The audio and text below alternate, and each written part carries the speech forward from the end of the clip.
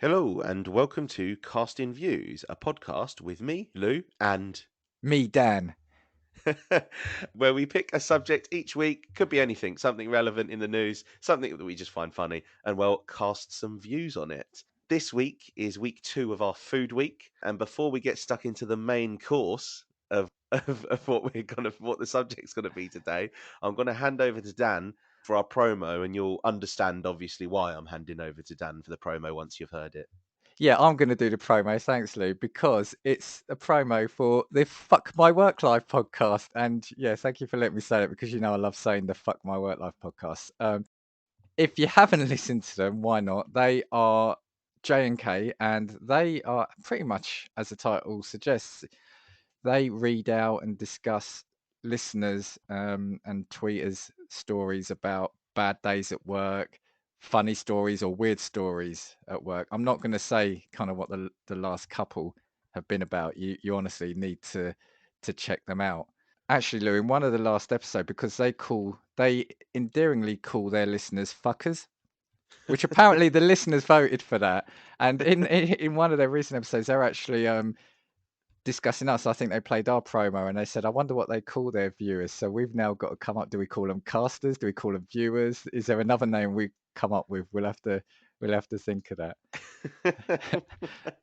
A job for next week. But anyway, enough of me. Let's hear from them. Have you ever had a bad day at work? Well, the Fuck My Work Life podcast is perfect for you. Host J and K share listeners' entertaining stories from the workplace, which may have you thinking you don't have it so bad after all. Find Fuck My Work Life on your favorite podcast platform. And we're back. I feel like it is just an excuse for you to say a swear word, isn't it, really? What, the Fuck My Work Life podcast? Yeah, it is. Because obviously you're the much less sweary person on this podcast, and I feel like there it gives you a real paw for you to turn around and say it. And also, whilst we were having our ad break, Dan evidently pointed out the fact that we're not on week 2 of Food Week. We're actually on week 2 of Food Month.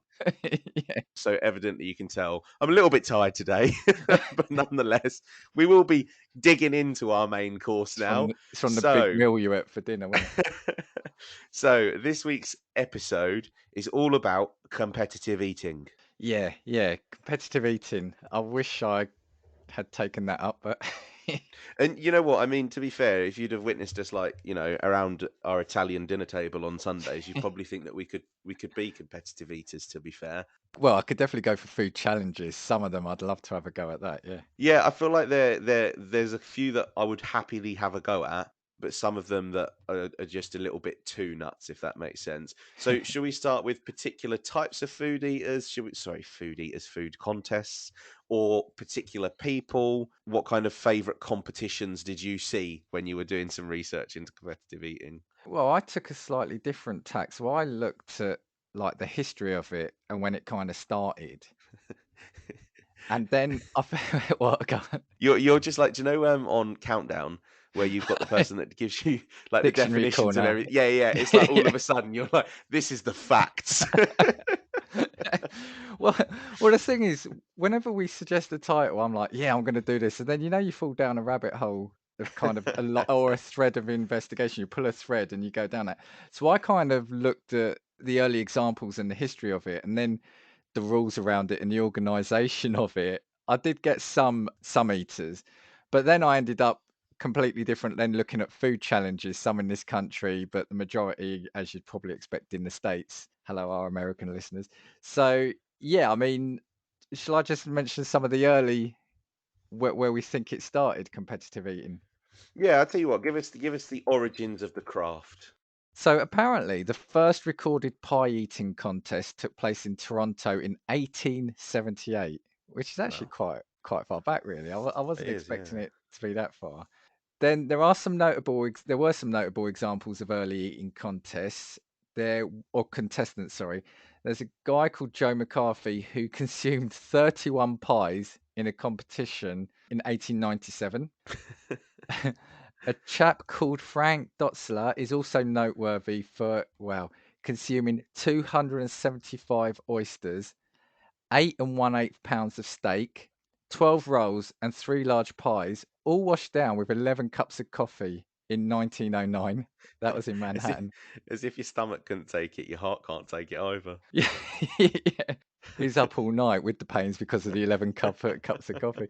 I mean, 275 oysters and 8 1/8. It's about it's 8 1/8 pounds of steak. It's that extra, what was that? Just a little bit they chucked on that, it's like he'd eaten all the remains, and it's like, well, you might as well have this little bit. But they think the recent surge in popularity came from the development of Nathan's hot dog eating contest, which is an annual holiday tradition that's been held on the 4th of July every year since 1916 at Coney Island. However, while the origins are debated, it was believed to have begun as a result of 4 immigrants who tried to eat as many hot dogs as possible to show off their patriotism. In 2010, though, promoter Mortimer Matz admitted to having fabricated the legend of the 1916 start date with another man called Max Rosie in the early 70s as part of a publicity stunt. So just it feels like with everything, even as innocent as food eating, there's a mystery or a deceit to an origin. Just a couple of other things then before we go into kind of the modern day. There is an organisation. There's the organisation of Major League Eating, the MLE, started in 1997, and that was a key development in increasing popularity. And it organises between 70 and 80 eating contests per year across North America. That's pretty impressive. Like that's actually something that's like got substantial pull to it as well, isn't it? Yeah. I'll skip the next bit I had because you've mentioned specific eaters. So if you don't mention this guy, I'll come back to it. In 2011, so this Nathan's hot dog eating contest, which I mentioned earlier, they also organised that. And in 2011, it introduced a female-only tournament.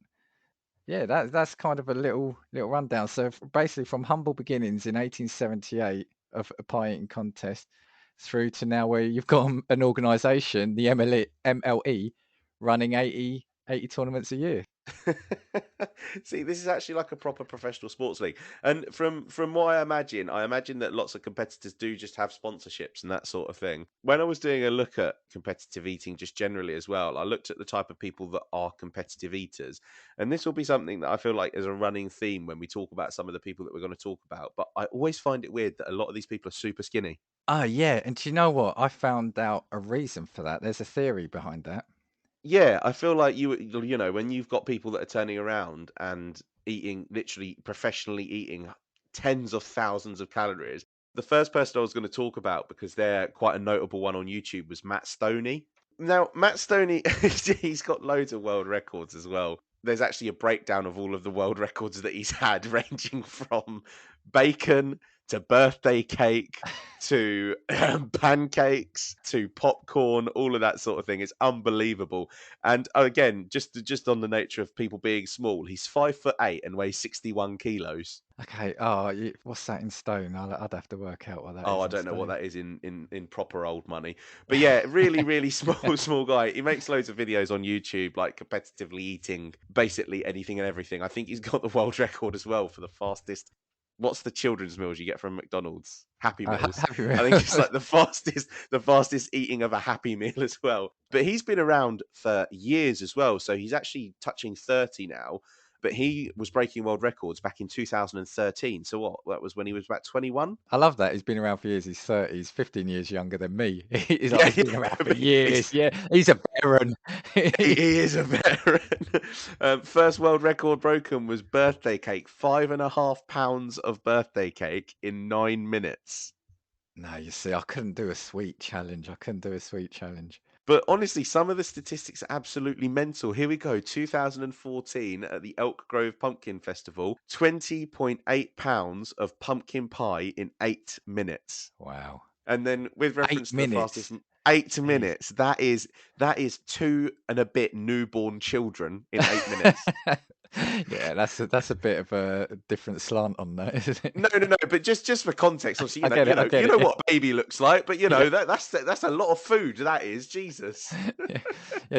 Don't have any babies nearby. I think- The fastest McDonald's Happy Meal record that he set was eaten in 15.22 seconds back in 2014. Yeah, but to be fair, I can probably polish off like the quote adult meals quite quickly. So a Happy Meal, you probably just inhale. Well, funnily enough, I actually think that includes the drink as well, Oh, okay, okay, which I okay. think's slightly Happy more Meal. That's difficult. And then I think the yeah. most impressive is all of his competitive eating records. Bacon, 182 slices, and how long do you reckon it took? 180. Oh God, I'm not going to know. Say, all right. Even if you say it took 2 seconds, what's that? 180. That's 360 seconds. What's that? No, that's no, that's too long. That's about 5 minutes. No, go on. Tell what is it? 5 minutes. Oh, it is 5 minutes. 108, Oh, yeah, 5 minutes. wow. 182 slices of bacon. That's one every so it's not even the fact you make it, or I make it sound easy. Yeah, one every 2 seconds, but it's just the amount, isn't it? After a while, that grease and that taste. Because I love bacon, but it's quite a rich flavor, isn't it? Yeah. And kind of in terms of competitive eating as well, whilst not an actual competition, have you ever heard of the Heart Attack Grill in Las Vegas? Yes. Yeah. Went Yeah. viral, yeah, because people that are Yeah. like over 350 pounds eat free and they do Yeah. crazy burgers and that sort of thing. Last year, he ate a 20,000 calorie burger in 4 minutes and 10 seconds. Jeez, That's what the intake of what a man for probably 8 days in 4 minutes and 10 seconds. bloody hell! I'm going to go Although, back. Oh, go on. oh, sorry, no, go on, you No, I was skip going to say I'm back. going to go back to the bacon bit though, right? Whilst I'm still not saying it's not a great challenge, I think this must have been American bacon, right? I think if it was Yeah, I English think so. bacon, it would take longer. Yeah, yeah. You know, those Yeah, rashers are because different to the streaky yeah, English bacon. bacon's quite fat as well, so I feel like the American stuff is quite crunchy and crispy maybe. Yeah, I reckon it would be interesting to see if he's done it with quote English bacon and see how long that would take him, or how many he could do in 5 minutes. I feel like it's a bit too gritty though, English bacon. I don't think it's inclined for speed eating, if you know what I mean. Like you said, the crispy, streaky bacon, you can probably, like you said, crunch it in 2 bites or shove it all in your mouth, as it were. Right? If you've got a fat rasher of bacon, it's probably slightly harder to eat quickly. He actually as well holds one of the records. Now, I imagine one of the contests that you were probably going to talk about was the Nathan's 4th of July Oh, that's the one I've hot dog mentioned. eating Yeah, contest. yeah, Yeah. yeah. So he actually placed first in that, and I believe that was Surprise. in 2015 for eating 62 hot dogs. Placed first. Jeez, I mean, And is that's that impressive, just I the think. sausages? Is that just the sausages or the bun No, as no, no, well? that's the bun and The that's the bun bun as and well. You see, yeah, yeah. it's the bun that would get me. Yeah, because it's all bread and all carbs. Yeah. Having But said that, it's 62. probably the 21st sausage would also get me, but the bun, it's the bread that's the filler, isn't it? Oh man. But yeah, currently ranked fourth in the world by the MLE. Sorry, yeah, the MLE. I love how they've got legitimately on their website. They've actually just got like a world ranking. It's absolutely hilarious. But Matt Stoney's done loads of challenges on YouTube in terms of. I think the one that I watched most recently was like jelly or Jello, as you'd call it in the states. And he literally just turned around and he made an absolute ton of this Jello stuff and just sat there eating it. I just thought to myself, I was just like, if you throw up, it's just all of this gluttonous nonsense. And then I think he made protein shakes, but do you know, with like a whole one of those tubs of protein powder. Yeah. I think what he did is he just polished one of them off, and it turned out to be something stupid like 30,000 calories in one Jeez. sitting. Jeez. Absolutely ridiculous. You should Google and have a look at him, because you'd never think the bloke puts away 15,000 calories in one sitting. 15.2 million subscribers, but yeah, it's bloody impressive to be fair. Wow. But that's the thing, if you vomit, I mean, I've got here, so we can go into it after, you name a couple more, but you can't vomit, that you're disqualified. And can you imagine going for can you imagine if you did it on like the penultimate one, which meant you didn't qualify? So you've gone through all that and you don't get the record, and then you throw up, in front of everyone. I mean, that's just gotta be heartbreaking. I'll go on to speak about who the MLE claim is the greatest eater in history. Let's do it. Go on. This is a man named Joey Chestnut. Yes, And I saw again, by that the name. Joey Great Chestnut, name. Great name. it is, yeah, it is amazing. 38, 230 pounds. Joey Chestnut is the greatest eater in history. That is not empty editorializing or bloviating. That is empirical fact. If you look at the list of records that this man holds, 46 world records across 46 disciplines. I love that. Disciplines, 46 disciplines. He includes the records for hot dogs. Again, this is the world record for hot dogs. Hamburgers. Some of them are just so weird. Corned beef sandwiches, fish tacos, and of all of them, what did we talk about in the food episode? He holds the record for Twinkies. Oh, really? Oh, my word. I So couldn't think of anything worse. in 2013, he turned around and in 6 minutes, how many Twinkies do you reckon he put down? In how many minutes? 6? 6 minutes. Right. Hard- So they're quite small, aren't they? If I'm thinking of if the ones we get over here are Yeah, well, I don't know if the American ones are slightly larger. I don't know. I imagine they again, I might be. reckon you can polish. You could probably do it in 2 seconds, but there's going to be a slowdown. All right, let's say. Oh, is this going to be utterly crazy? Let's say 220. Oh, no, not that Oh, it's many. not that many. Okay. 120. Yeah, I mean, he is the greatest competitive eater in history, but he's not that bloody good. Joey, what's the matter with you? 121 Twinkies. Yeah, Joey Chestnut, up your Do you have- game, mate. Do you have to open them, or are they unwrapped already? Is I that think they're unwrapped already. God, Joey, if anyone knows him, get him in touch with us. I literally, I would absolutely love to speak to him. I mean, we love our food, right? So yeah, get in touch. He also holds the record for Philly cheesesteaks. Now, a Philly cheesesteak Oh was man, 6 inches long and in 10 minutes. So I guess that's basically the equivalent of me saying how many 6-inch subways do you reckon you could do in 10 minutes? you see, this is a problem. I wouldn't know because I just love enjoying my food. I couldn't imagine finishing. You Just know, literally I'm the just opposite. guzzling it. Yeah, I want to be a slow eating contest. How many did he do? He did 23 6-inch Philly cheesesteaks. But Philly cheesesteaks as well are a lot of like dairy, they're a lot of meat. And I Yeah, imagine, again, being in rich. America, There's they're proper rich flavour. portioned as opposed to the shit that we would get here. Yeah, anyone who knows him, please get in touch with us. Yeah, I feel like I'd love to just speak to the guy because I'd just turn around and be like, "How?" Do you know what always concerns me as well is how do you realize that you're good at eating? Do you actually just sit down at dinner one day and you turn around and think, "Oh, you know what? I'll put a lot away. I'm still hungry," or is it something that people just train for? I feel like there has to be a natural element of being talented at this. I wonder if it's sometimes does it start off as a dare or does it start off as a I wonder if I could do that. Remember when we spoke in the record breaker episode, we said the same thing. What makes somebody think about doing something? So is it just boredom? Is it a stroke of genius? Is it or is it a dare? Or drunk? You got drunk one day and someone said, how many hot dogs can you eat? Let's try. Yeah. Yeah, that's the thing. I just don't know how it would have started. And again, I mean, Joey Chestnut has had a really long career. I just love the MLE website. It's so epic. Chestnut defeated Kobayashi at the 2007 Nathan's famous 4th of July hot dog eating contest to return the mustard yellow belt to the United States. And that's actually true. I'm being serious. They do give you like a WWE style championship belt for the hot dog eating contest, which must be class. But Like you it's a must be shame it's walking called to mustard bars. coloured because that's like the condiment of choice, isn't it? On the hot dog, the mustard. But the, It's just, do you know what it is as well? When you see some of the stills of these contests, and you just got a dude half scramming a hot dog in his mouth, it's absolutely oh god, brilliant. it doesn't look pleasant. It's not elegant. These contests, are they? I've seen some of them. Well, the hot dog eating one as well, I've always found because I watched some clips from the Nathan's hot dog eating contest, and they genuinely look like they're in pain at some points. Yeah, well, I've seen the chili eating ones, and those people are definitely in pain. Yeah, well, you know what as well? That's what I think. I think there are two different types of eating challenge that are like the major ones. There's volume and then there's heat. Yeah, volume and difficulty probably. Maybe yeah, the heat ones. I would stay away from those. Yeah, because I feel like they can do even worse damage to you. And I actually think there are instances of people that have been like hospitalized from eating chilies that are too hot. I think the name of the guy that invented it was Ed Curry, who's the one who bred the Carolina Reaper. Oh right, yes, yeah.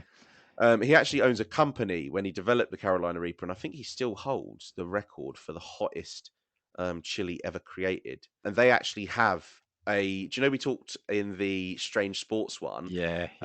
about We Are the Champions, where we looked at Yeah. cheese rolling? There's actually one on chili I think eating. it's episode 2, yeah. Yeah, it is. And he's actually in that. And you've got people in that who are, again, doing these chili eating challenges. And I think they finish on the Carolina Reaper and they are genuinely in pain unimaginable to anything I else that just they've don't know lived. how There's they do like, it. I mean, they're like 6 or 7, 8 rounds in, aren't they? And I was thinking I could probably do a couple easy. I used to really like my chilies, and I could probably do a couple, but after that, I'd be in pain. I'm telling you now, I don't know how they get to like round 10. yeah, because I think they start off with small stuff as well, don't they? They'll start off with like a Carolina Reaper or something, Small and then all of stuff. a sudden, sorry, they'll start off with a jalapeno Yeah, and then but that's slowly work still their not. way up to. But I love the way you make it sound like it's a marshmallow or something. I mean, they're still bloody hot, aren't they? You know, jalapenos are what people look at and think, yeah, I'm going to add that to my pizza because that's going to be hot, and that's their starter. Well, I actually did have a look at, do you know, like the Scoville heat scale when it comes to the Yeah, chili eating contests? yeah, So a jalapeno sits at 8,000 Scoville units, and jalapenos are hot, but they're not, yeah. horrific things. Then you've got cayenne chilies or peppers, which are 50,000 Scoville units. You've got a Scotch bonnet, and now this is terrible, but I remember my dad not telling me what it was and giving me a tiny bit of a Scotch bonnet when I was Yeah. young, and it literally blew my head off. 350,000 Scoville units, and then you skip up to the Carolina Reaper, which is what they finish on, and it's 2.2 million. And then on the Scoville on the Scoville unit heat scale after this, the next one up is 5.3 million Scoville units, US grade pepper spray. Yeah. Well, Like that's the only reasonable comparison that they can bring. do you know what, right? Like I said, I used to love my chilies, right? But acid reflux has got in the way of that recent years. Damn you.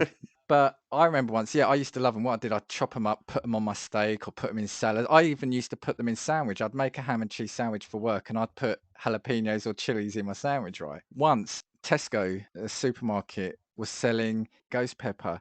And I bought a bag of those, and I was chopping them up, and the other half said, "Oh, before you put that in your food, you would just want to try it first." And I was like, "Nah." And then I said, "Well, maybe."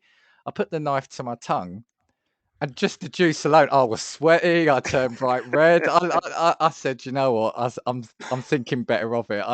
Yeah, and I didn't eat them, but just the juice alone, and that's not even the hottest one anymore. But yeah, you've got really burly blokes literally crying with pain when they're doing these chili eating challenges. And you know what? I don't know how Ed Curry hasn't been done for some form of, like actual bodily harm for selling the products that he does. But his nickname is Smoking, which Yeah, I evidently, bet he is. I bet he leads is. leads into the thing. I actually think in the program, if I remember rightly, he did just put one in his mouth with his dad, and he turned around and he was just like, "No, we're used to chilies, we like it." I was just like, he literally must have no taste buds left, surely. I remember actually, slight diversion. I remember once at a place I worked at, kind of like remember we mentioned before the ice bucket challenge. Yeah. The place I worked at did it was for charity, but it was a chili challenge, right? And you would be nominated, and you paid £1, and you had to eat. I can't remember the two. It was two chilies, not anything massive, but it might have been a Scotch bonnet, and I can't remember the other one. Let's say a jalapeno for want of trying to remember. You would then do it, and you would nominate two people, and they would have to do the same. And one guy said, "Do you know what? I love chilies. I'll have both." All right, all right, Mister. He ate both, and I'll tell you what. About an hour later, he just went as pale as anything, and he looked really ill for the rest of the day. But he wouldn't own up to the fact that he couldn't handle it. Yeah, chilies, they're deceptive, man. They're deceptive. Because the thing is as well, I always felt like with the eating ones in terms of the volume, I always felt like there was a sense of achievement behind them Yeah. because you're putting down lots of volume. Whereas with the chili ones, I feel like it's just unnecessary self harm. Do you think it's a bit of machismo? It's a bit of I'm better than you. Look, I can eat 20 Yeah, chilies. Do you think it's a bit of maybe. It's not what it looks like when they've turned around and put a tablespoon of chili in their mouth, though. Like I'd rather turn around and lose out on the manliness testosterone contest if it meant not having to do that to myself. Yeah, I just wonder if it is a bit about being better than everyone else. Whereas I know in the normal food eating, there's an element of that, but it feels like, yeah, like you said, you've achieved something. It's almost like because I've got a little bit here about training and preparation, and in my head, I've got like a Rocky montage leading up to it. But instead of pull-ups and pulling like carts along, they're starting off with two hot dogs, and then they're kind of like eating crisps and they're eating sweets. And then it finishes with them with a plate of 60, and then they're shouting out, "I did it." So all to the tune of what's that song? That Rocky song, "No Easy Way Out." yeah, or do you remember Weird Al Yankovic did Michael Jackson's "Beat It" but did "Eat It"? So it would be so that, There's one more big notable character, and I'm only going to mention him because he's repping the UK. oh, go on. Yes, So I yes, feel like I have to. His name that you would have seen him on YouTube by is Beard Meets Food, but his name's actually Adam Moran. yes, Now, Adam. Yes, again, I've Adam. been looking at everyone's descriptions on the MLE website, and they're brilliant. This one, Beard, as he's referred to by the eating community, is a YouTube sensation who's dedicated his MLE career to bringing the mustard yellow belt to the UK. It is like a WWE promo. Doing so would mean destroying American pride in the name of our former colonial overlords on our nation's birthday. Should that ever happen, the tears in Coney Island will flood this nation from sea to shining sea. We pray it doesn't, but we wish the beard wish the beard well in trying. Oh, It's honestly amazing. He basically just storms around the UK, absolutely ripping to pieces basically every UK eating challenge that there is. We don't really have many of them here, and I feel like they're not particularly excessive here. we should reach out to him. Yeah, come on, Adam. 1.71 million subs. Do you reckon we're big enough for that yet? Well, we'll cover him. We'll do an episode especially on him. Oh my god, yeah. Maybe I tell you what. Maybe we could just be a sponsor for one of the video episodes, and we just pay for his meal that day. Yeah. Well, actually, 290 quid later. that's just the first course. And he's eating 72 pancakes. Yeah, that's the starter. Yeah. But yeah, I feel like in terms of the UK as well, it's difficult because obviously he's technically the number one competitive eater in the UK, and he's the highest Brit. He's actually the highest, I think, non-American on the MLE website. But it's difficult in the UK because apart from like an individual pub or restaurant doing some sort of obnoxious challenge, I feel like competitive eating in the UK isn't really a thing and hasn't really caught on yet. No, I remember as a kid it being featured again on TV programs as a novelty thing rather than, Yeah. it was like, oh, look from around the world, look at in America, yeah, these people eating, and it was more of how do you put it? Not to laugh at them, but it was more of an amusement thing, and I think it's always stuck like that. I don't think we've ever taken food eating, whether there's a social element to that, in terms of do people want to see 10 people eating like 600 hot dogs between them? I don't know, but yeah, it's never really taken off, has it? Do you feel like because in the UK maybe it's more we don't have like that kind of obsession with like the excess, if that makes sense? Yeah, yeah, there's probably something in that. But yeah, it'd be interesting why, to find out why. But yeah, maybe it is a mixture of all those things. Maybe there was I do remember there was a pub or something that did. I think it was a pie eating contest, and I think it's been cancelled for the last couple of years because of COVID. But I think in that area it was. I'll have to find out. And maybe we keep saying these things. Maybe you and I can do that. Yeah, maybe we should go. Although I don't know if my bowel disease would agree. Oh, actually, yeah. Yeah, you know what? That's the only really thing holding me back from being a competitive eater because I am one extra fat bastardo. I but, was I but was actually going to unfortunately, say obviously, yeah, sort of bowel disease aside, if you can do that, is that something you'd be tempted to do? I don't think it is. I don't think I could do it, and I don't think I'd want to do it mainly what in because terms of getting into competitive eating? yeah, yeah,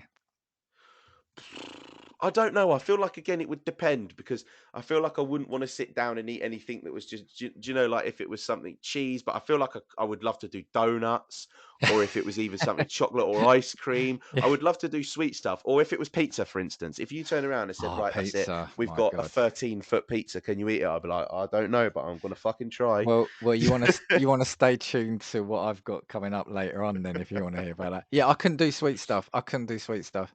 It would have to be savoury. It would have to be pizzas, pies, stuff like that. I couldn't do sweet. I always feel though that those are the ones that are a little bit more underwhelming because it takes up too much room. But then Yeah, again, maybe you know what? Maybe my bowel disease might help me yeah, yeah. But because what goes in must come out, and with me, it comes out much more quickly than the average person. Yeah, but it can't come out while you're doing it. That's the problem. You get Oh yeah, disqualified for because that. yeah, and you know what? I think that that's really discriminatory that they do that in a lot of eating challenges where they say you can't use the toilet. I think that's horrifically I unfair. remember I got addicted years ago to Man versus Food when it hit this It was just country. brilliant, wasn't Yeah, it? and I remember there was one, and it was a pizza one, and one of the rules that I remember saying to them is it can't come out either end.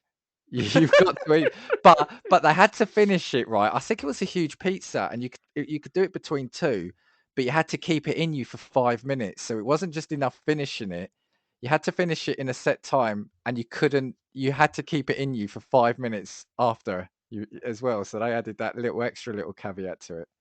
I think that one's a little bit unfair, but I guess it just stops someone just immediately gorging it Yeah, down, knowing that they're just yeah. going to throw it back up. The thing I think of, and in a second I can go into it, I've got the rules around events and some training and prep that they do. The thing for me is I just want to know how they feel after. That's what I didn't look at, and maybe I didn't want to. But once you've eaten 20 pounds of pumpkin pie, once you've eaten 62 hot dogs, once you've eaten, what was it, 220 Twinkies, how do you feel after the 12, 24 hours afterwards? Well, now this is a good example because the English guy, Beard Meets Food, sorry, that I talked about, did Yeah. actually do a video, and I think he went on a podcast talking about the effects. Now, if I remember rightly, it was a poutine eating challenge, All right. Yeah. Yeah. Yeah. and poutine is like that potato thing with like gravy and cheese and stuff, isn't it? Isn't it Is it a Canadian thing, if I remember correctly? I wouldn't be confident in saying it, but I'll say yes. Yeah, I think it was. And so basically he told this story about how he was doing a poutine eating contest. And he talked about the night afterwards and he said that it was the closest he thought he's ever come to dying as a result of competitive eating because he turned around and said it's not funny. It's not funny. You have to go and watch the original video because it is mental. He turned around and I think he said that he lost use of one side of his body and Wow. he literally just spent the entire night shaking on the floor. And I think it was Bloody as a hell. result of like either the salt or sugar levels in his Yeah, body yeah, being yeah. so high that it was basically just blowing the roof off of all of his natural like Jeez. mineral balance. And he said, I literally just sat on the floor shaking because I couldn't do anything. He said, and that was literally just everything catching up to me. I thought so. There must be some serious health effects, and I know obviously he's a relatively young guy now. You know, he's 36, so he's not even remotely in the age where you'd worry. But it does make you wonder as to whether or not when he starts to hit kind of your age or as to whether or not he's going to have any lasting effects from that sort of thing. Jeez. I mean, the thing is so, and I'm sure everyone listening, we've all done it. When you're eating something unhealthy or something you shouldn't have, we've all done that, been on that night where you've gone a step too far and eaten that extra donut or you've eaten that extra thing and you do feel a little bit rough. When you've had too much and you can feel a bit sick. And that's just if you've eaten an extra hamburger or something, let alone if you've eaten an extra 30. It's yeah, the body, man, what you must put the body through. And that's the thing. It's kind of like imagine, when you've eaten to excess, because it's true, like what you've just said. We've all done it, haven't we? We've all been out and said, "Yeah, I'll make room for dessert," when really, you probably shouldn't or can't. Yeah. Imagine just feeling like that, but constantly for probably 48 hours is how this man felt. Well, I've got some things about training and preparation. So, shall I say some things about that? Say how they train for an event. Yeah, yeah, go for it. Let's see if I can get my regime in check. Well, it says a lot of competitive eaters undergo rigorous personal training in order to increase their stomach capacity and eating speed with various foods. Stomach elasticity is usually considered the key to eating success, and competitors commonly train by drinking large amounts of water over a short time to stretch the stomach. Oh And right. yeah, others combine the consumption of water with large quantities of low calorie foods such as vegetables or salads. Some eaters chew large amounts of gum in order to build jaw strength. But this is what, and coming back to something you said earlier, but they said paradoxically, low body fat percentage is thought to be better for competitive eating. And it's called the belt of fat theory. And I had a look actually just before we started to do this, and it's actually being proven, well, not being proven, but it's much more now a believed thing. So going back to what you said, that a lot of them are all small people. What they're saying is if you've got like that large belt of fat around you, it stops the stomach expanding. It constricts Right. stomach expansion. So that's why they're saying, ironically, people with lower body fat are better at competitive eating. Which, yeah, like you said, you wouldn't think that, would you? Yeah, I guess it makes sense though, because I guess even with body fat percentage, like your visceral fat, which is all the stuff that's around your organs, you can't have much of that surely, because otherwise it's going to get in the way, isn't it? Yeah, and I think that's it. Yeah, it's a visceral fat, it's particularly around, the middle, around the waist. If you've got that, that's going to constrict the stomach. So that's it. That's the theory, the belt of fat theory, it's called. For the marquee event, like, and this features a lot, so maybe we'll get a sponsorship. The Nathan's hot dog eating contest. Some eaters, like current contest Joey Chestnut, will begin training several months before the event with personal time trials using the food of choice. And retired competitive eater Ed Cookie Jarvis trained by consuming entire heads of boiled cabbage, followed by drinking up to 2 gallons of water every day for 2 weeks before a contest. And this is the thing, right? We were talking about the toll on the body. Due to the risks involved with training alone or without emergency medical supervision, the IFOCE, which I think is the MLE as well, actively discourages training of any sort. Oh, really? For something like food eating, you think, oh, you can do it. But yeah, due to the risks involved with training alone or without emergency medical supervision, they discourage it. So, that just says what it must do to the body. It's I mean, the fact that the people that are the ones that kind of like are the overseeing body turn around and say to you, even training is too dangerous for this, please don't do it, must say something, mustn't it? Yeah, yeah. Could you imagine if, like, the FA say, "Yeah, we don't want you playing football on your own or in the backyard or something." Yeah, yeah. They're like, It's like, why? don't go to training tomorrow. But there are also, sorry, I've just got a few things. There are specific rules of events, right? So competitive contests often adhere to an 8, 10, 12, or 15-minute limit. Many professional contests also employ series of judges whose role is to enforce the contest rules. I mean, you'd expect that. The judges will also be called upon to count or weigh each competitor's food and certify the results of the contest. So imagine that, having to weigh food. I mean, it's that's down to the degree to make sure everyone's eating the same. And I guess you have to. I guess, someone's all of a sudden that hot dog's about twice the size of, on someone else's plate. It throws kind of fairness out the window, won't they? Yeah, that's true. That's true. This is a funny one. Well, it's funny. It's the word is funny. So many eaters will attempt to put as much food in their mouths as possible during the final seconds of a contest. This is known as chipmunking. If chipmunking is allowed in a contest, eaters are given a reasonable amount of time, less than 2 minutes usually, to swallow the food or risk a deduction from their final total. Right. Okay. So basically, the timer's coming up, and they can turn around and basically eat whatever's left in their mouth. So Yeah, that's why they do it. So you could stuff another 5 hot dogs in your mouth, and as yeah, long as you yeah. swallow them, it'll But you've got count. to finish. Okay. Yeah. Going back to what we were saying about, or what I said about, So- go on. sorry. Wait a minute. Just an analogy. Do you ever remember Sensible Soccer, where the whistle wouldn't go until the ball crossed the line? Yeah, That's yeah, basically what chipmunking is. It's like, okay, well, I'll tell you what, as long as it's stuffed in your mouth, we won't call time on you. It will still count. go for it. Go for it. When I said earlier about the breads would be difficult, they said where eaters, in many contests, eaters are allowed to dunk foods in water or other liquid to soften the food to make it easier to chew.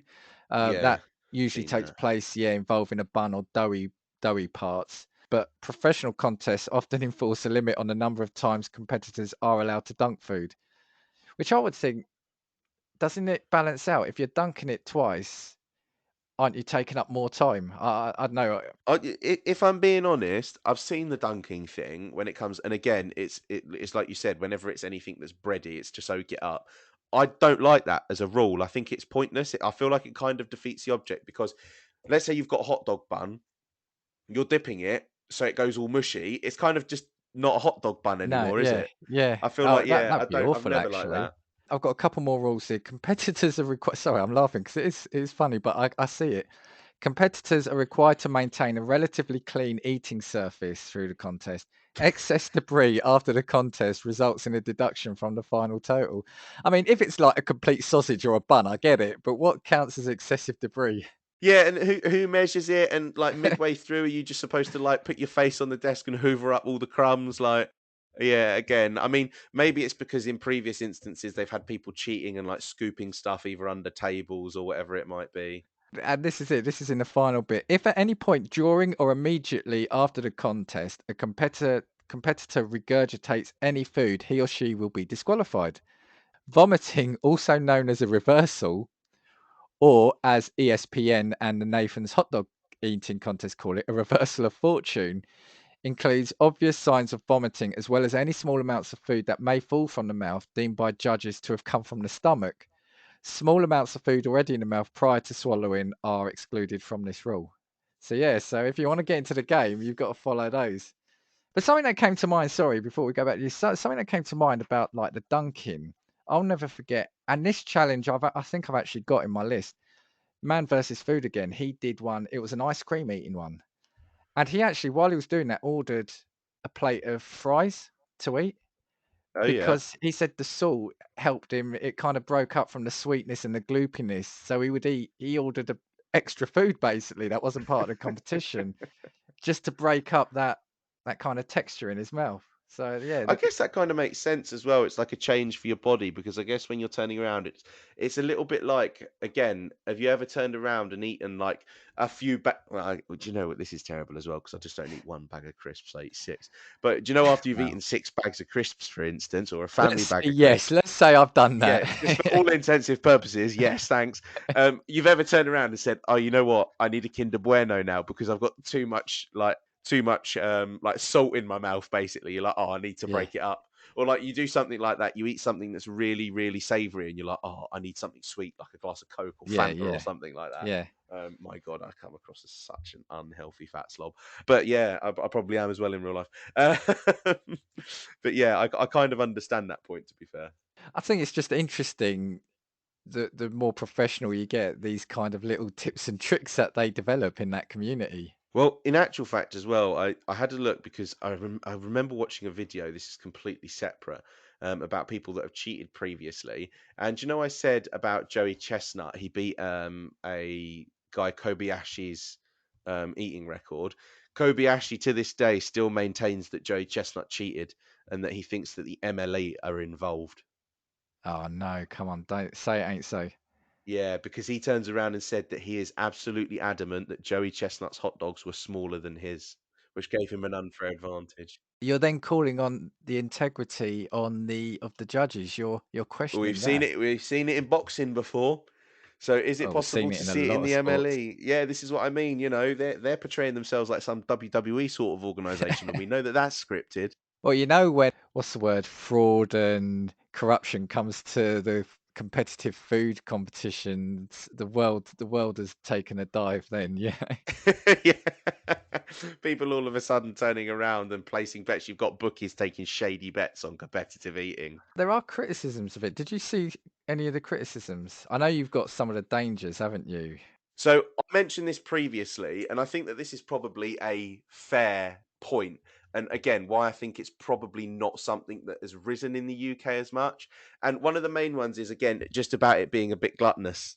So it's all about excess, and as well, especially nowadays when typically there are more people that are heavier than they probably should be. Again, me being one of them. It's just not something that you kind of want to promote, I guess, especially to young people involved, as much as the people on stage that are eating are, again, a lot of the time very, very skinny. Like you've just said in terms of training regimes, I know that the beard meets food, Adam, he's literally turned around and said after eating challenges, sometimes I just don't eat for days because you just don't Yeah. need to. And again, in the lead up, he won't eat in the lead up because he needs to make room for food, pretty much. What is actually quite interesting, and this is something that happened in China.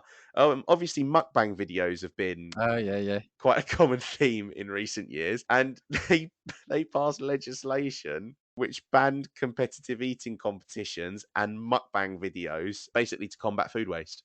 And I think that's what I was saying earlier when I meant, like I said, the social thing. I think nowadays it's one of those things where I think it's looked at probably harsher than it was before, I guess. There was one really interesting point, though. It was a psychiatrist, Kim Dennis, And this is, again, it's not funny. It's just the context of the fact that you've got psychiatrists who are weighing in on this because that's how serious this sort of Yeah, thing is. yeah. And they quoted and said, somebody eating 70 hot dogs in 10 minutes is self-abuse to some extent. Warned that competitive eating carries risks with development of an eating disorder for people who had any sort of predisposition to have one. But you could probably see that about the 70 hot dogs in 10 minutes because, like we said, you can't feel good afterwards. So maybe there is something in it. I don't know. I just feel like there is a level of harm that you are having to inflict on yourself. And again, when you look at some of the injuries and adverse health effects, I mean, we talked about how Beard Meats Food nearly died on a hotel room Yeah, floor yeah, after eating poutine. And it talked about basically there was increased risks of stuff like stomach ulcers. And again, because of increased water intake, basically water intoxication, because it is possible to die from drinking too much water. yeah, I yeah, think yeah, about 4 liters in the space of a couple of hours would probably be enough to do it. Again, Beard Meats Food has talked about it on his YouTube channel before, but in terms of like abdominal cramps, diarrhea, and all of that sort of yeah. thing, it is actually something that's probably quite dangerous. And I feel like the people that are involved in it, because they've been involved in it for so long, kind of just accept those risks. I don't know if it's something that I'd want to push people to get into. But I wonder if that's the thing. We kind of talk about this, and when people look at it, there's a bit of amusement. There is an element of training and body adaptation. So is it that people look at it and maybe on a drunken night out or when they get in with a group of mates say, "Oh, let's do it," and that's when things happen because you're not used to doing that, but they see these things and is it fun or is it a dare or is it in a drunken state they decide to try emulate that? Is that where the problems come? Because they said some of them they start 2 months beforehand training, and it's not like they just rock up. They are actually training for it. So It's literally longer than boxing camp. yeah, yeah. I mean, I said about the montage video.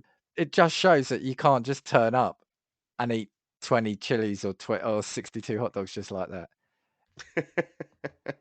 Well, and um, I think you've got something that kind of backs up the dangers as well, don't you? Yeah, now I'm going to talk about deaths. um, Obviously, Because being the one that that's brings the up the one you do. negative Yeah, things. yeah. Yeah, because that's what I do. This is my role here. And now, surprisingly, most deaths in eating competitions don't actually occur from you having some sort of breakdown and or seizure or something like that as a result of basically you taking in too much food. Most of them occur because of choking. Which is strange because I kind of think to myself, surely at an eating event where people are gulping food as quickly as they can, someone who can do the Heimlich maneuver is the one thing that you need there. Yeah, that's surprising. You'd think there would be precautions for that. Yeah, you would think. So again, there's been a few notable ones. Basically, there or thereabouts one every year in terms of people dying from choking. So 2012, this one is pretty grim in terms of the event as well. Competitively eating live cockroaches and worms. Oh, And it was actually only after he choked to death that the autopsy revealed he had choked to death to begin with. what do you mean? Sorry. I don't think anybody had Oh, they realised didn't that's know what was what had happening happened. to Right, him, right. and they Sorry. didn't realise Right. what was happening to him. And then an autopsy had later revealed that he choked to death. 2013, 64-year-old man choked during a pie eating contest, died. July 4th, 2014. Now, this is at Nathan's hot dog eating contest in Okay. Yeah. 2014. 47-year-old eater choked to death during the hot dog contest. 2016, man choked to death in a KFC speed eating competition. Funny enough, not affiliated with KFC, but they just used their product, which I imagine they probably weren't happy about. And I imagine there was probably a court case over that one as well, because they Yeah. used the Yeah. word KFC. At a university, there was a pancake eating contest in 2017. Female student died by choking as well. Again, 2019, choking at a taco competition. 2020, choking at an eating contest. 2021, choking and falling unconscious at a hot dog I mean, contest. what It's unbelievable. the thing to say is that is on. I know it seems obvious, but that is really sad. I mean, for a competition and something that's like non-contact, non-combative, it's depressingly sad that these people are losing their lives to that. And like you said, especially for something we don't know the details of it, but something that feels preventable. Even Yeah, when it's yeah. happening, it should be preventable. Yeah, and that's the thing. So I don't know if with these eating contests, I feel like if you're going to do these things, we have to appreciate. I feel like we know that there's risks, and also maybe the reason that this sort of thing doesn't happen in the UK is because there's more of an onus on people that are organising it. So do you know, like we talked about cheese rolling, was it a couple of weeks The ago? health and safety Yeah, thing. Yeah, from a health and safety perspective, I just feel like you're not getting away with allowing 15 people to line up and eat as much food as they possibly can by virtue of the fact that you're probably going to be responsible for negligence if one of them dies. yeah. So I feel like that in the UK might probably be another reason as to why we don't do it. But I feel like if this is going to be an actual thing, which it has been for probably the last, 30 years properly, and even when you said you were a kid, so, you know, I feel like if this is going to be a proper thing, you need to have the right regulation in place. And that seems mental to turn around and say you need to make sure that the health and safety people are there when people are chugging 60 gallons of ice cream.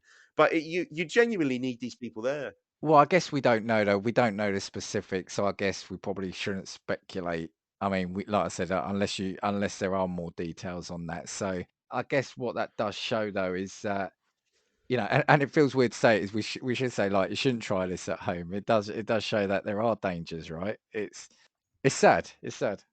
Well, like I said, I mean, in terms of the one in 2014, that was at Nathan's hot dog eating contest, which is the prime event in the States, really, isn't it? That's the record that everybody seems to want, from what I understand. So to me, for that to be happening at what is kind of like the showcase event is probably a little bit concerning.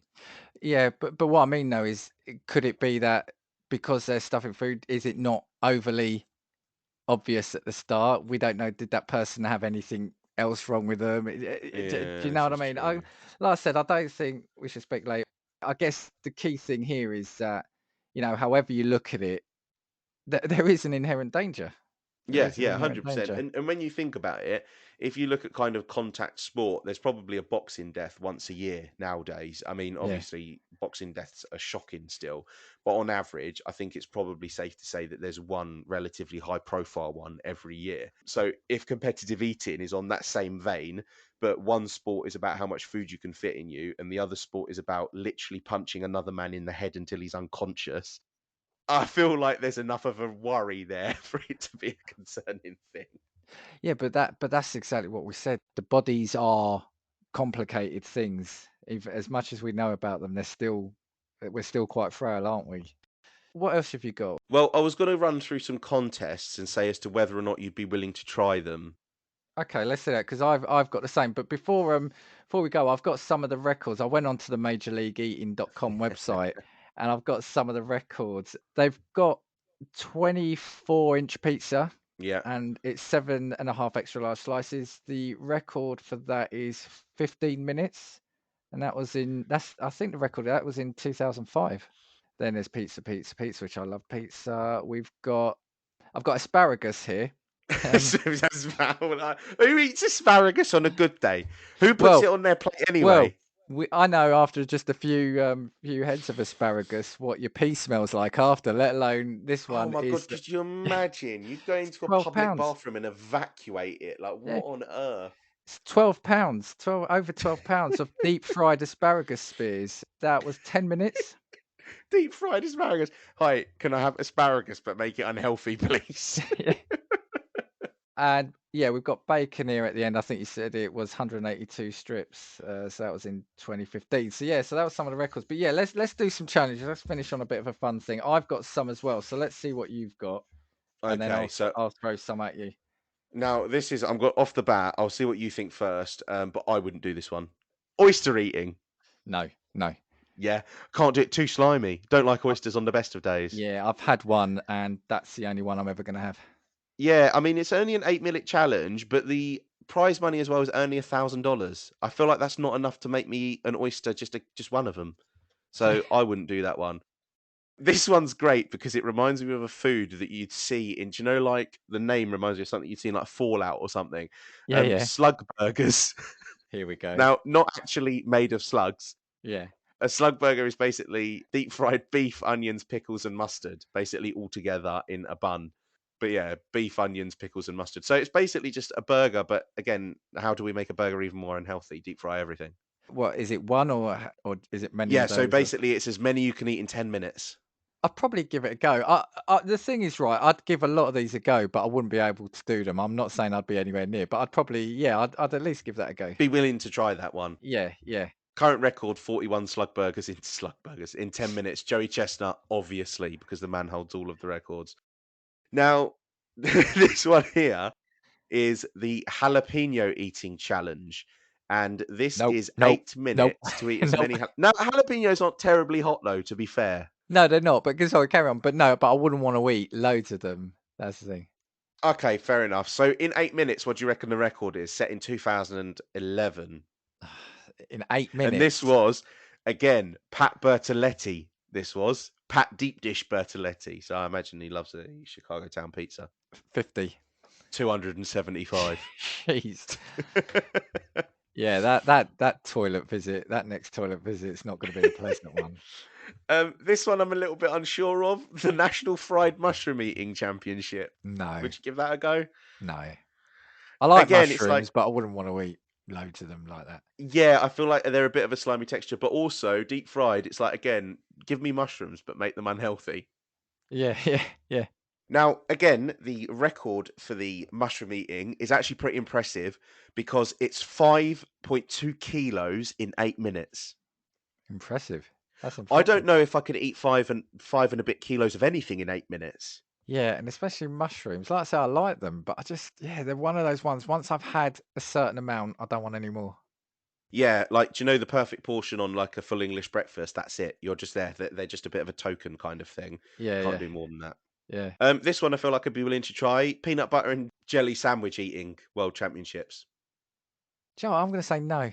Really? Yeah, I I wouldn't love mind this peanut one. butter, but jam would be quite sweet. Yeah, yeah, because that's what it is, right? Let's do it for call it for what it should be, peanut butter and jam, right? But Yeah. That's yeah. yeah. Sorry to our American friends across the pond, but it is just jam. Unfortunately, there is no jelly. Jelly wobbles and it stays in the fridge. Yeah, yeah. No, I just think it'd be too rich, too sickly for me. I don't mind that one because I feel like the bread would kind of contrast the sweetness. I feel like you could kind of get away with that one. Again, I think current record is 30 in 10 minutes, which again is Bloody hell. pretty bloody impressive. Yeah. Gyozas. Oh, yes, I know what those are. They're Yeah, they're like the Japanese things in like the pastry, usually served like they're kind of moist almost. They're like yeah, I'll dumpling type definitely I'll do things. that. I would do that. Absolutely. You'd be willing to give that one a go. Yeah. Now, the record for this one is held by Matt Stoney, and he ate how many do you think in 10 minutes? They're quite small, aren't they? They are quite small, yeah, they're But quite I small. think the outside I think can be quite filling. But in how many? 8 minutes or 10?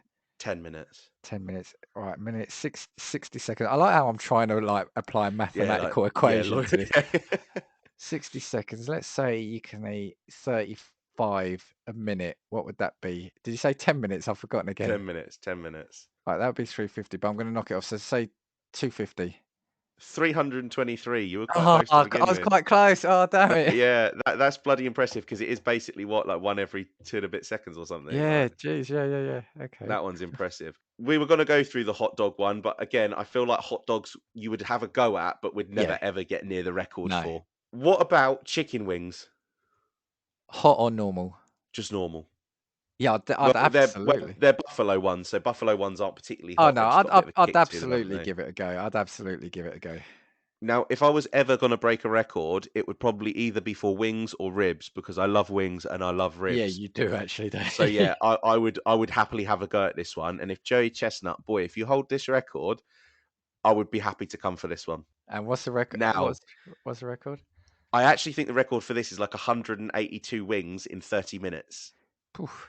That's a lot of wings, but again, I kind of feel like if I turned up to America and sat down for one of these challenges, we wouldn't get the piddly little wings that we get here when you go to a place. You'd get gigantic, mammoth, like buffalo proper wings that you just wouldn't see here. The other thing about this that's come to mind when we talk about this is just the preparation of it all. Yeah, it's all the Yeah, preparation like, of all this food. do you know the thing that annoys me is like, do you know when you sit down to do one of these challenges, is everything already cold? Well, I guess it must be.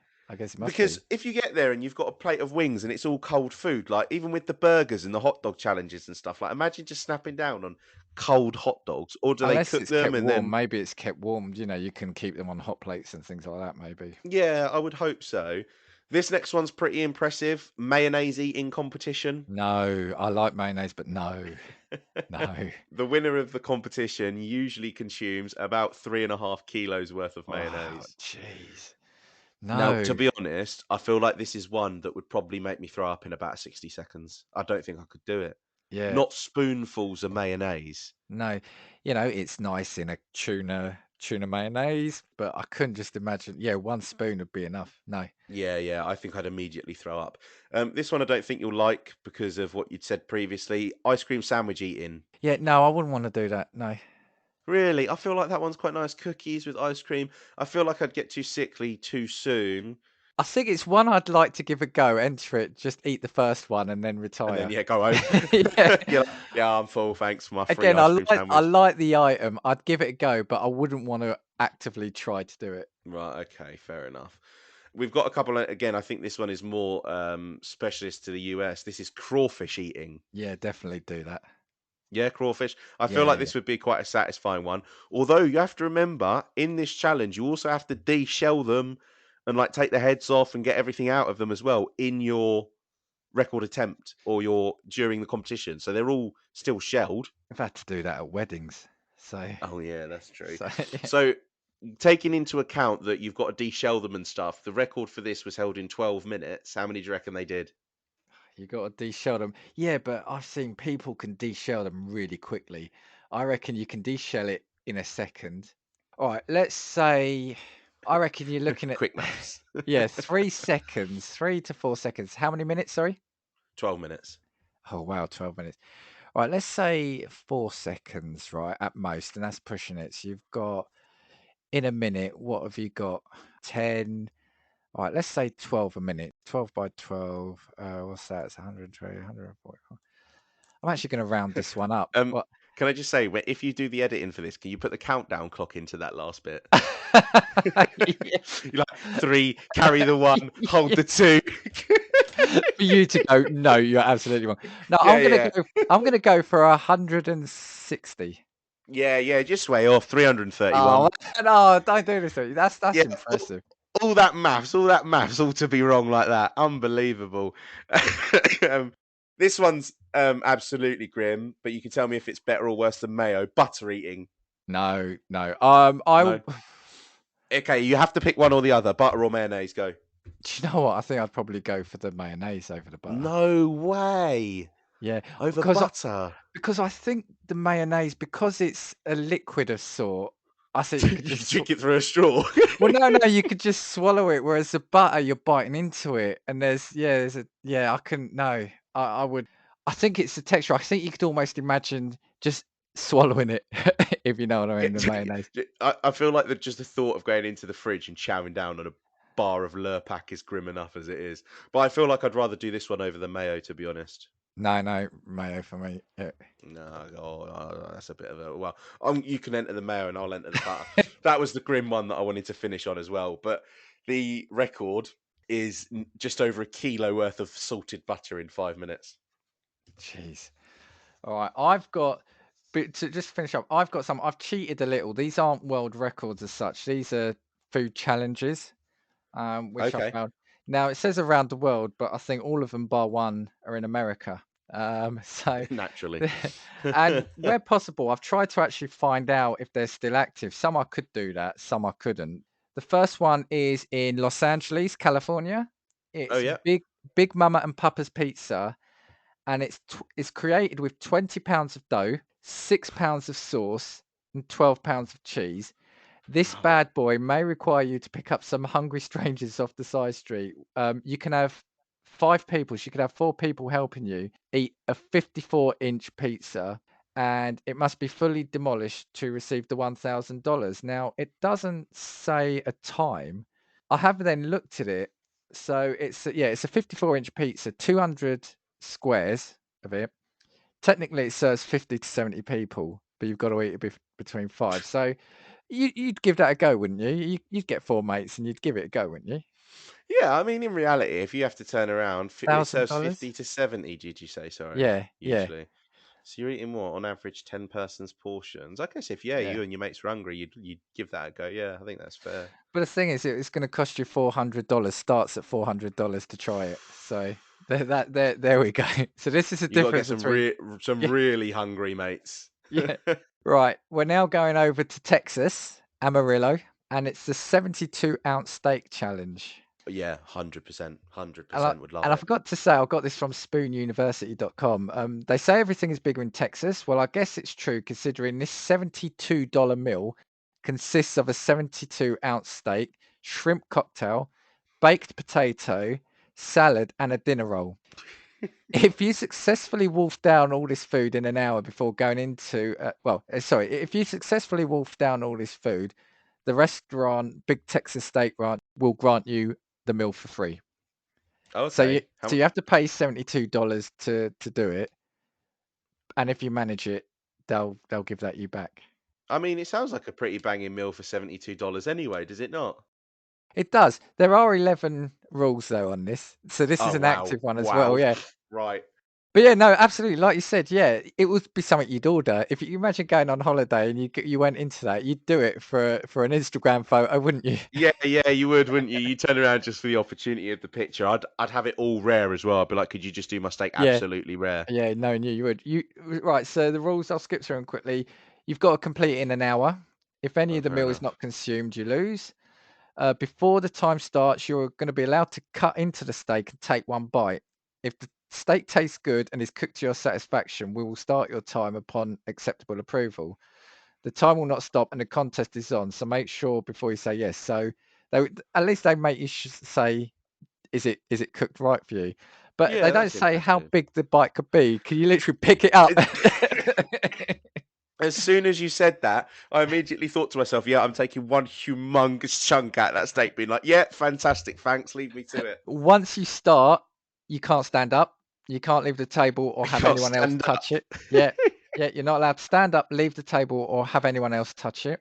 You'll be disqualified if anyone assists you in cutting, preparing, or eating of your meal. This is your contest. You don't have to eat the fat, but we will judge this, which I think is fair. I mean, yeah, that's not really part of the steak. Yeah, yeah, that's true. Listen to this one, man.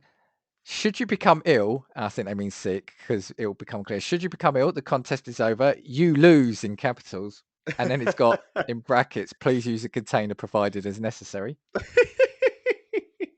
You are required to pay the full amount up front. If you win, we will refund 100%. And this one's interesting. You must sit at a table that we assign. So what's that all about? Do they waft smells in your way to make you feel full or something? I don't know. Or do they have horrible things in front of you to put you off? They put you right next to the bathroom. Yeah, yeah, yeah. If you do not win the steak challenge, you're welcome to take the leftovers with you. You'd probably just want to leave it there, wouldn't you? Yeah, yeah, I feel like, yeah, at that point, I'd be like, no, no, no, no, no, thanks.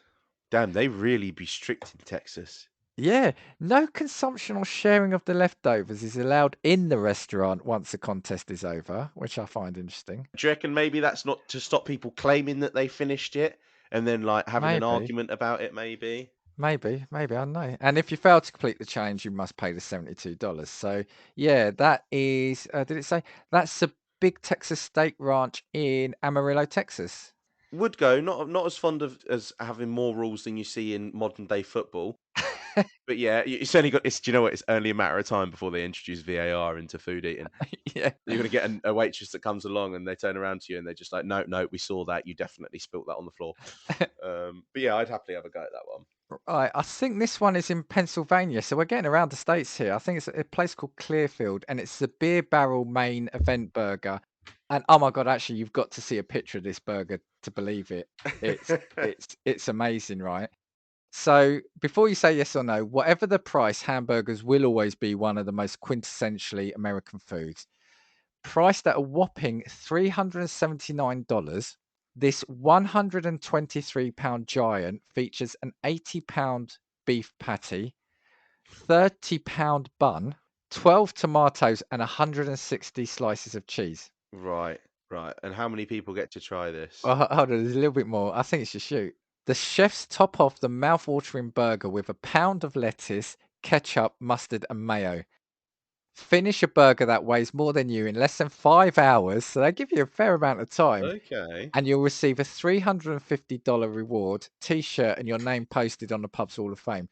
But I swear to you, it sounds a lot, but if you can look it up, it's the Beer Barrel Main Event Burger. It just looks like a joke. The picture, it is huge. It's bigger than you can imagine it. I mean, it's an £80 burger. Now, can I just? Oh, yeah, okay. Wow, Yes, Jesus. yeah. Yeah, yeah. That is obnoxious. Now, can I just ask, when they say you get rewarded with $350, is that including your steak back, or is your steak coming back on top, as in like the money Well, that you this is put in? this is a burger. No, what I assume is they'll probably. I wonder if it's either in a voucher, but no, I think because it's $380, you're getting $350 back. I don't know if it's a refund or whatever, but ultimately you're getting a $350 reward and a T-shirt. Yeah, And a yeah. You're T-shirt. still $30 out of pocket, and you've also got Yeah, diarrhea for the next yeah, six days. but $30 for that burger. That's you've seen the picture right now, and it's impressive. Actually, I'll probably tweet a picture when this episode goes out. Um, Right, we're going over to California now, San Francisco. Yeah, yeah. This one I think was made famous on Man versus Food. This was the kitchen sink challenge. I don't know if you've seen it. So this is at the San Francisco Creamery Company, and it's can you really finish the kitchen sink without getting a brain freeze or two? So basically, it is a kitchen sink full of ice cream. Yeah, I remember this. Yeah, Yes, yeah. so it consists of 3 bananas, 8 scoops of ice cream, 8 different toppings, whipped cream, nuts, and a cherry. This massive sundae may just be the sugar rush you've been needing. Complete it in under an hour, and you'll win your free ice cream for a year.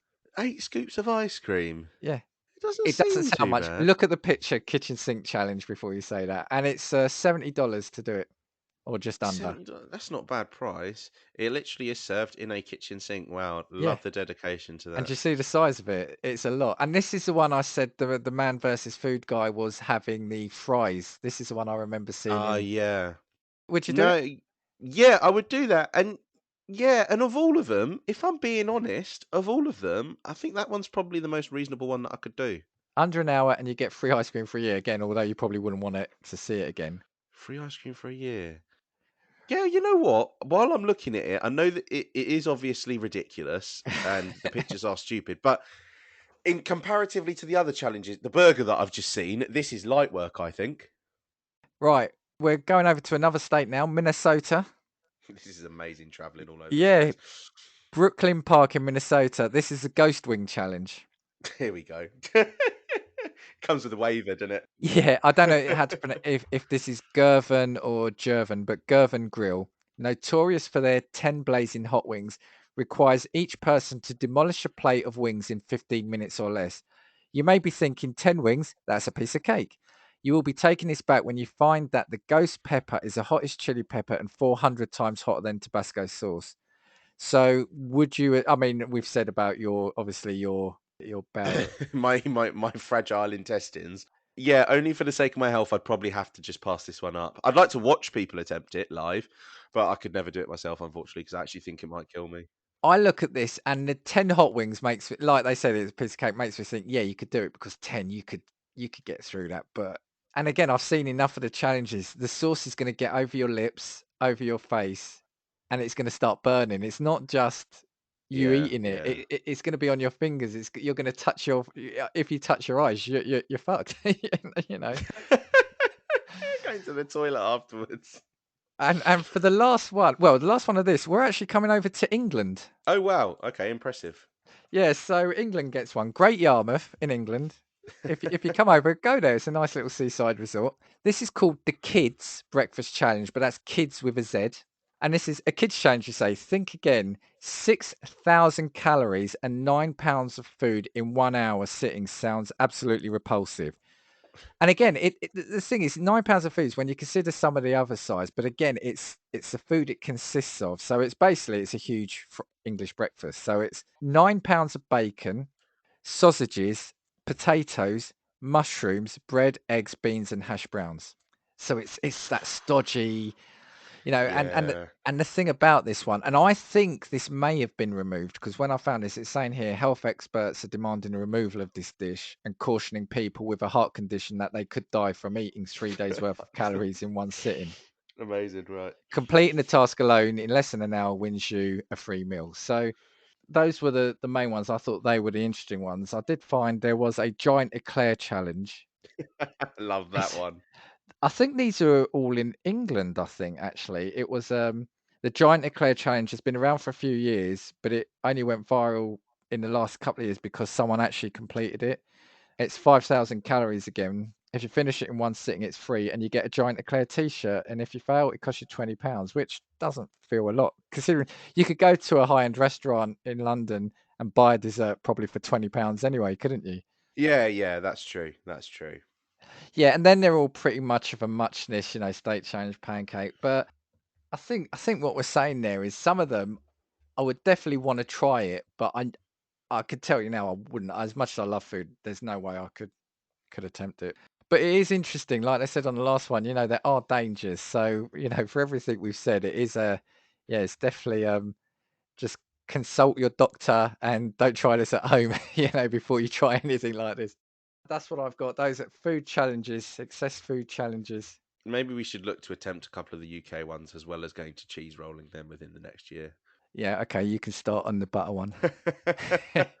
Oh no, attempt a wing one maybe, and then a rib one, and then maybe we can go and try the English breakfast one. But yeah, competitive eating, I feel like it's never really gone to cotton on like it has in the States, in the UK. I feel like there's no one, and also I think things are a little bit more expensive here. Yeah, definitely. And so I feel like you just wouldn't get away with it anyway, not to mention health and safety. But yeah, competitive eating, I could probably break that challenge with the ice cream. I think I'd be more than welcome to do that one. It was a nice stop off from week 2 of Food Month. Again, I feel like, much like after the last episode, I'm probably going to be hitting the fridge. Just before letting you go, we're going to play the trailer for the live stream for The Cure. Hello, everyone. My name is Nick. I'm the host of Nikolai's Kitchen, and I'm also the host of the annual live stream for The Cure.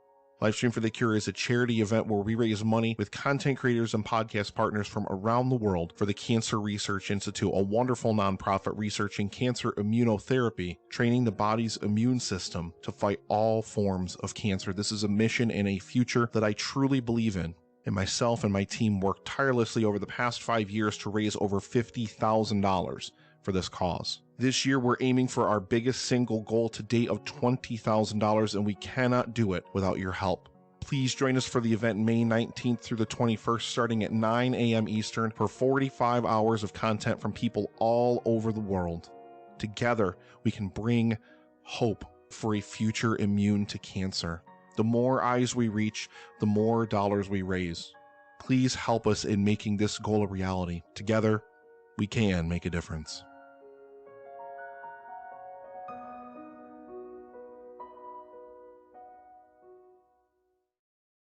And as always, we know that there's many podcasts from which you can choose, so we thank you for listening to Casting Views.